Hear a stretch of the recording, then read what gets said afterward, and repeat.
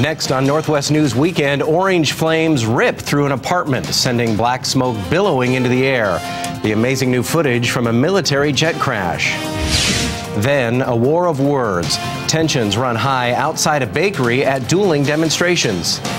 And Northwest soldiers on a mission. The emotional farewell from their loved ones. Thanks for joining us this Saturday. I'm Stephen Kilbreath. Your news starts now.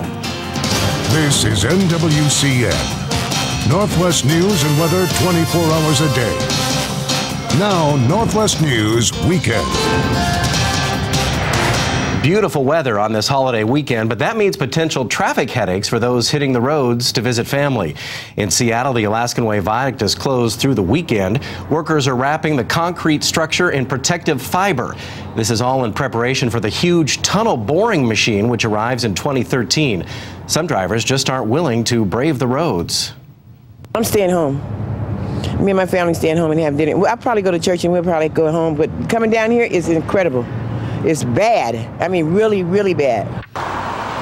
The viaduct reopens Monday morning at 5 o'clock. Another closure is already scheduled for mid-May. It's been a long time coming, but parts of the Northwest finally getting a break from the rain. We spotted people out in Northeast Portland today soaking up the sunshine. The nice weather came just in time for the opening day of Little League. I just really want to go out and play baseball today. This is our first opening day that we've had in about 5 years that it hasn't rained. And it was a little chilly this morning, but we had about 530 kids out here, and it was wonderful. The lack of rain also made for good Easter egg hunting conditions, even if the kids did have to navigate around a few puddles. We're waiting to learn more about a small plane crash in Covington, Washington that left the pilot with serious injuries. The single-engine Cessna flipped over between two homes, then crashed about a block from Crest Air Park. The pilot was taken to Harborview Medical Center. No one on the ground was hurt. Cleanup continues in Virginia Beach after a military fighter jet smashed into an apartment complex. That crash yesterday wiped out several units. You can see fire ripping through the building, sending thick black smoke into the air. The whole thing was in flames, the whole backyard, and then things started to explode, and I don't know, I mean, things just kept exploding and that black smoke kept going. Please! Anyone in here, get out! And that's new video showing firefighters and police breaking doors to make sure everyone was accounted for. Amazingly, only 7 people suffered minor injuries, including the student pilot and instructor. The military blames the crash on mechanical malfunction, but is still investigating.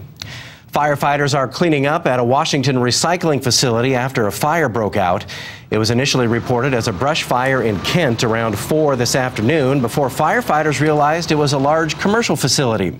They had to battle the flames from the outside because of the danger inside from polyurethane. No one was hurt, and there was no threat to nearby buildings.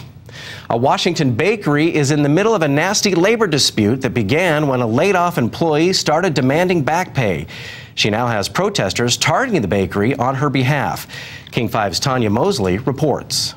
A protester yells for help.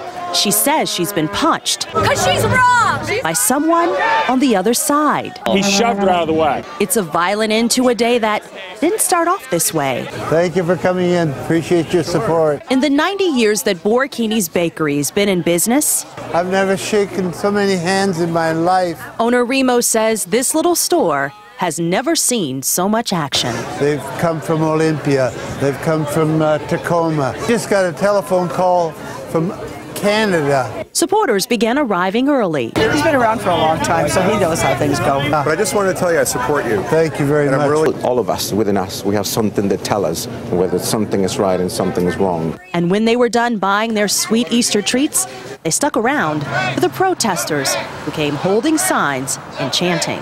No breaks! No cake! Those who work in the bakery also stepped out,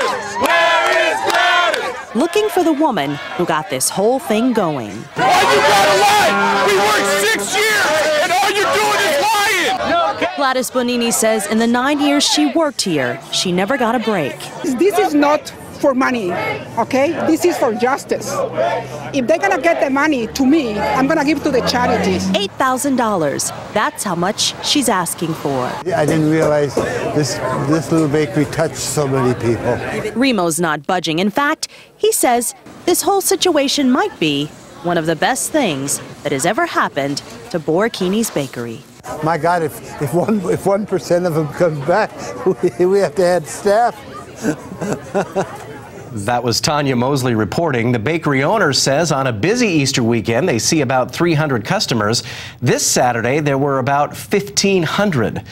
An inmate just released from prison is back behind bars accused of threatening Spokane businesses with a toy gun. Police say he flashed the toy gun at a gas station owner who tried to stop him from stealing from a customer's car. Then he allegedly threatened the two nearby car dealerships. Police say he waved the toy at an employee and ordered him to hand over some car keys. You could see the guy ducking down inside, so we were getting pretty concerned that things were not going to go well. The suspect, Justin Betts, recently freed from Geiger Corrections. Police in Hillsboro, Oregon believe the stabbing of a teenager outside of a movie theater is gang-related.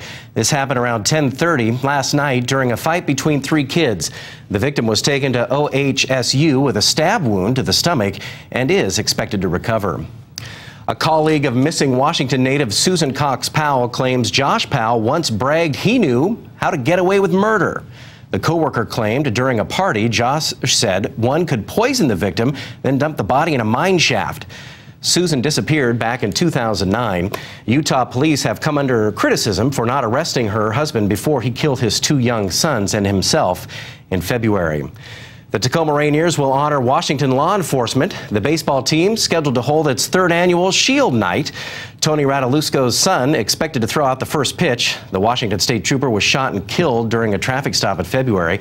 During the Rainiers game, the team will raise money for the Lakewood Officers Charity and its Make a Difference Fund, which provides assistance to crime victims.